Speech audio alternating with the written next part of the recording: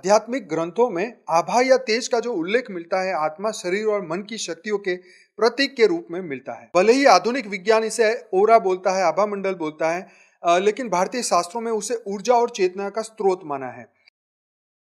दूर बाहर है, कोई बोलता है 3 फुट है, कोई कहता है 10 इंच बाहर है। तो जिस जैसी आत्मा में शक्ति है उतना ही उसका बड़ा ओरा होता है, उतना ही तेज बाहर आता है।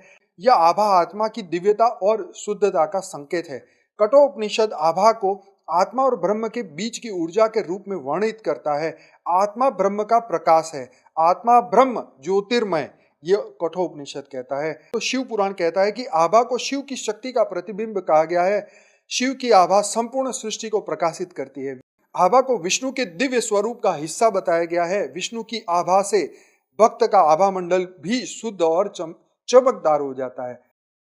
गरुड़ पुराण कहता है कि आत्मा की आभा कर्म और ध्यान के आधार पर बदलती रहती है।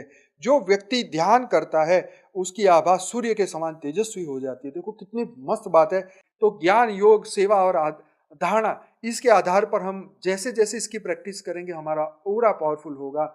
जैसे हमारा मन शुद्ध होगा, हमारा अंतःकरण शुद्ध होगा, तो उतना हमारा ऑरा भी पावरफुल होगा। इसलिए बापूजी बोलते हैं आत्म स्वरूप का अभ्यास करो। आत्मा के स्वरूप में अगर आप स्थित हो जाते हैं तो ब्रह्म स्वरूप में स्थित हो जाने से, आत्म स्वरूप में स्थित हो जाने से हमारी आत्मा जो है वो पावरफुल बन जाती है, पावरफुल अनुभूति करती है और उस वक्त हमारा ऑरा पावरफुल बन जाता है।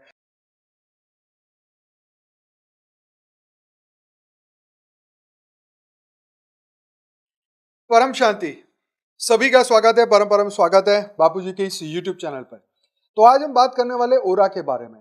तो ओरा, जिसे आप जानते हैं कि आभा मंडल कहा जाता है, तेज कहा गया है, आभा मंडल कहा गया है। तो आज हम उसके बारे में जानने वाले हैं। वेद, उपनिषद, पुराण ओरा के बारे में, आभा के बारे में क्या बात करते हैं, आज हम ये चर्चा करेंगे। और बने रहिए मेरे साथ, पूरा वीडियो देखिए, आपको बहुत कुछ सीखने को मिलेगा। तो भारतीय आध्यात्मिक ग्रंथों में आभा या तेज का जो उल्लेख मिलता है आत्मा, शरीर और मन की शक्तियों के प्रतीक के रूप में मिलता है। भले ही आधुनिक विज्ञान इसे ओरा बोलता है, आभा मंडल बोलता है, लेकिन भारतीय शास्त्रों में उसे ऊर्जा और चेतना का स्रोत माना है। तो वेदों में आभा का क्या उल्लेख है? तो ऋग्वेद कहता है कि आभा को आत्मा और परमात्मा के तेजस्वी स्वरूप का प्रतीक माना गया है। जैसे सूर्य जैसा पूरे संसार को प्रकाशित करता है, जैसे सूर्य पूरे संसार को प्रकाशित करता है, वैसे ही आत्मा का तेज शरीर को प्रकाशित करता है। तो जैसे मानते हैं ना, हमारे शरीर से कोई कहता है 1 फुट दूर बाहर है, कोई बोलता है 3 फुट है, कोई कहता है 10 इंच बाहर है। तो जिस जैसी आत्मा में शक्ति है उतना ही उसका बड़ा ओरा होता है, उतना ही तेज बाहर आता है।